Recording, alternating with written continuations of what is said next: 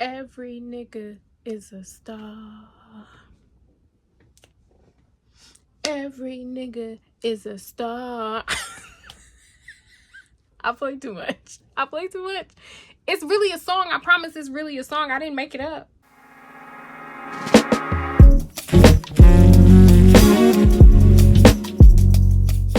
Hi friends, welcome back to Shelby and the Book Club. I am the artist formerly known as Shelby Monet, and in today's video I'm going to show you some of the things that I have on my TBR for Black History Month. Every year for Black History Month, I try my best to introduce you guys to as many Black authors that maybe I haven't talked about. I always try to make my TBR as Black as possible. I mean, I always read as Black as possible, but for Black History Month, I try to implement into you guys' minds that there are so many authors out there, and there are so many genres that Black authors write. There are just so many books that we could read. So I wanted to show you some of the things that I have on my TBR for Black History Month. If you'd like to hear it, here it go. Everything spoken about in this video will be linked down below in the underneath bar. It's called the underneath bar because it is underneath the video.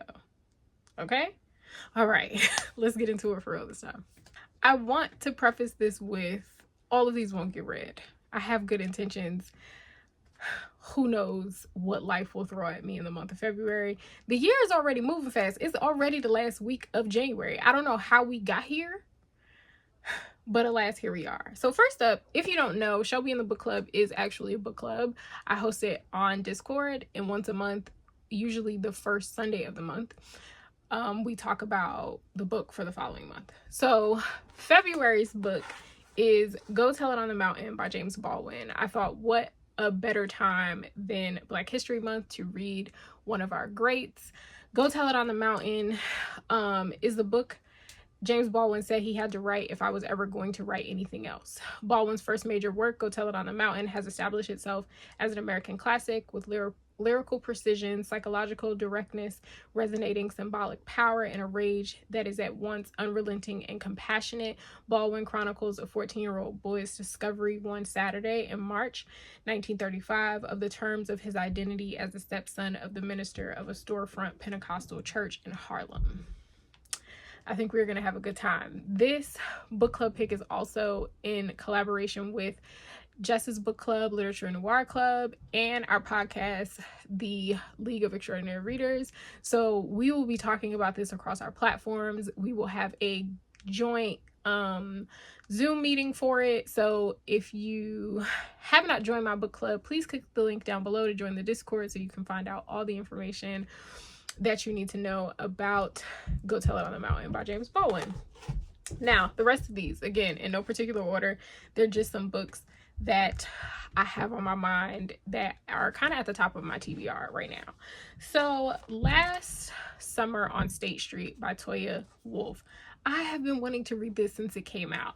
This says it's the summer of 1999 and Felicia Stevens is living with her mother and older teenage brother in building 4950 of Chicago's Robert Taylor Homes, the next high-rise to be torn down by the Chicago Housing Authority. She, along with the devout Precious Brown and Stacia Buchanan, daughter of a gangster disciples Queen Pen, form a tentative trio. But when Fifi welcomes a mysterious new friend, Tanya, into their fold, the dynamic shifts, upending the lives of all four girls. This is a tiny one. I know this is going to pack a punch, and I might actually start it this weekend because it's just been on my mind and it's been on my bookshelf, just staring at me.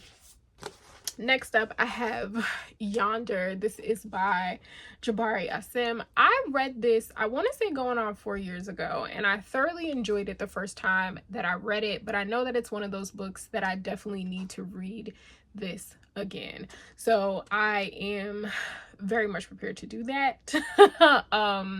And I've just been in the mood for historical fiction, which you'll probably be able to tell by this list. I don't know why I've been in such a mood to reread lately. I just have been, and I'm going with it. So I'm curious to see. I have the hard copy of this, which I read the first time, and I annotated it, and I opened it, and I looked at them annotations, and they was ugly. So that book will never see the light of day. They call themselves the Stolen. Their owners call them captives. They're taught their captors' tongues and their beliefs, but they have a language and rituals all their own. That made me think of James by Percival Everett. I think that's why I've been thinking about this book a lot, because let me just reread it before I make certain comparisons. So it says, Cato and William meet at Placid Hall, a plantation in an unspecified part of the American South. Subject to the whims of their tyrannical and eccentric captor, they never know what harm may befall them. Inhumane physical toil in the plantation's quarry by day, a beating by night, or a sale of a loved one at any moment. It's that cruel practice, the wanton destruction of love, the belief that Black people aren't capable of loving, that hurts the most. It hurts the reserved and stubborn William, who finds himself falling for Margaret, a small but mighty woman with self-possession beyond her years. And it hurts Cato, whose first love, Iris, was sold off with no forewarning. He now finds solace in his hearty band of friends, and in Pandora with her thick braids and long limbs, whose beauty calls to him. But their relationships begin to fray when a visiting minister with a mysterious past starts to fill their heads with ideas about independence. Do they follow the preacher and pursue the unknown?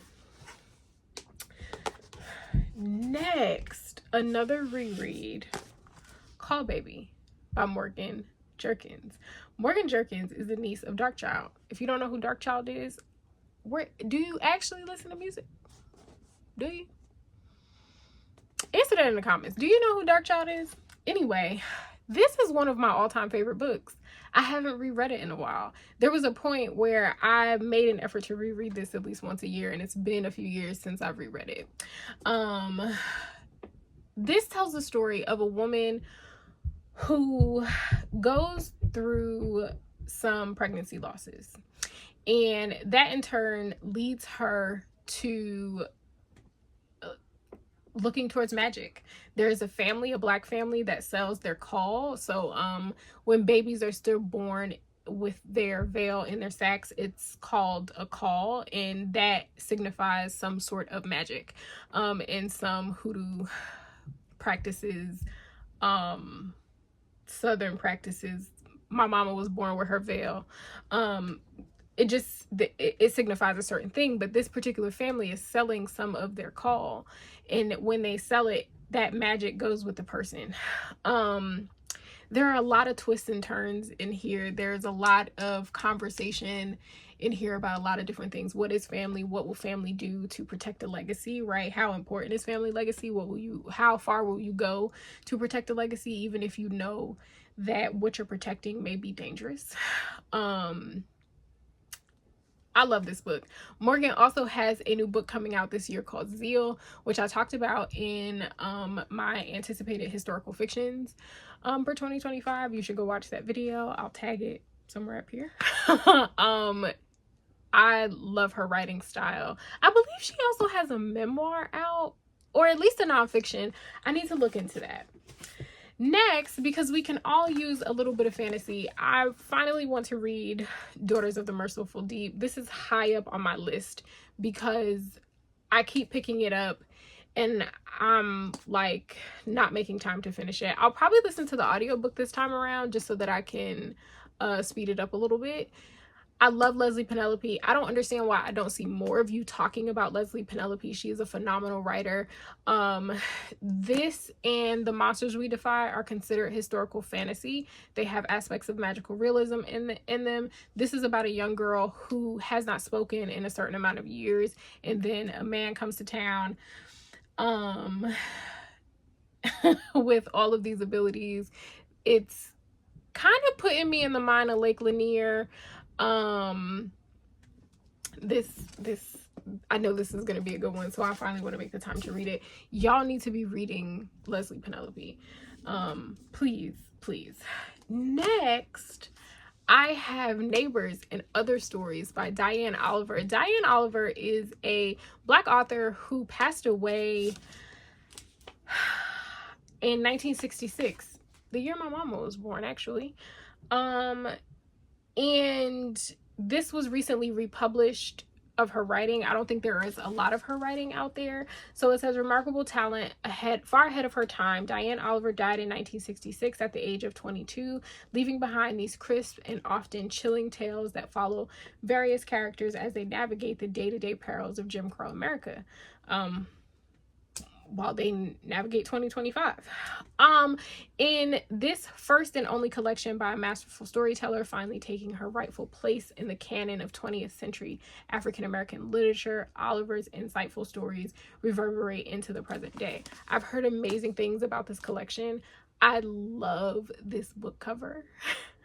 Like, so bad. It's beautiful. So I can't wait to read this. I want to read more short stories. I feel like the ones that I have read, I've thoroughly enjoyed, especially the ones that I've read by like Nigerian and other African authors. I've thoroughly enjoyed. So I need to do that, but I'm very much looking forward to this. And I feel like this is going to put me in the mind of LaToya Watkins' collection of short stories. Can't remember the name of it right now, but I'll put it somewhere on the screen for you guys. You know, I love LaToya Watkins. Then I figure we need some nonfiction. So Lovely One by Ketanji Brown Jackson. I would love to read this. I've heard great things about it. I believe this tells her life story. So it says Ketanji Brown Jackson, the first woman ever appointed to the Supreme Court of the United States, chronicles her life story and her extraordinary path to becoming a jurist on America's highest court in her inspiring and intimate memoir. I love this book. I cannot wait to annotate it. I think I need to find like yellow and brown tabs so that I don't tab my books much anymore, but for her I will. This is so beautiful. I can't wait to read this. I do have the ebook for this, and this might be a little bit easier for me to tackle on my iPad. I may also listen to the audiobook also as well while I'm reading it, because that just helps with nonfiction. Speaking of nonfiction, Slave Road by John Edgar Wideman. He is one of our greats. I have not read anything by him. I have had this book on my mind for a very long time, and this is also nonfiction that is written in a very different kind of way. Y'all know what I say about small books. They always pack a punch, but I've heard great things about this. He is one of those authors where it's like, oh, I've never heard of him. I wonder how many books he has out. Look at that list. Look at that. My God, today. So I have my work cut out for me. But this says, in the groundbreaking work that unsettles the boundaries of memoir, history, and fiction, John Edgar Wideman maps the physical, social, emotional, and psychological terrain he calls the slave road. Wideman is reimagining not only the centuries-long traffic of millions of captive African bodies shipped from Africa across the Atlantic Ocean to endure enslavement in the so-called New World, but also a slave road that exists at this very moment and encompasses the journeys and experiences of us all. High up on my list. Last, but certainly not least, I finally want to read Hours by Philip B. Williams. I'm finally going to do it. I'm finally going to tackle this chunker. I have been nervous. But I spoke to Sibo Campbell about this, and he said that he feels like Sky Full of Elephants and this are cousins, and that's very intriguing to me. I just get nervous with big books. So I'm going to take a week, and I'm just going to sit, and every day I'm going to read about 100 pages or so, like 90 or so pages, and go through it that way. And see where I get. So this says, this ingenious sweeping novel introduces us to an enigmatic, y'all saw that word? Y'all see them words swinging back at me now. I didn't do nothing to them. An enigmatic woman named Saint, a fearsome conjurer who in the 1830s annihilates plantations all over Arkansas to rescue the people enslaved there. She brings those people she has freed to a haven of her own creation, a town just north of St. Louis, magically concealed from outsiders named Ours. So I will probably do a specific reading vlog specifically for this book and what my experience is like reading it. I'm excited. Again, this book cover is like beautiful. I absolutely love it. Beautiful. Let me know what is on your TBR for the month of February for Black History Month. Also tell me who is your favorite, your all-time favorite Black author. Let me know in the comments. If no one has told you today, I love you. You are kind. You are smart. You are important. If to no one else, to me. Bye, friends.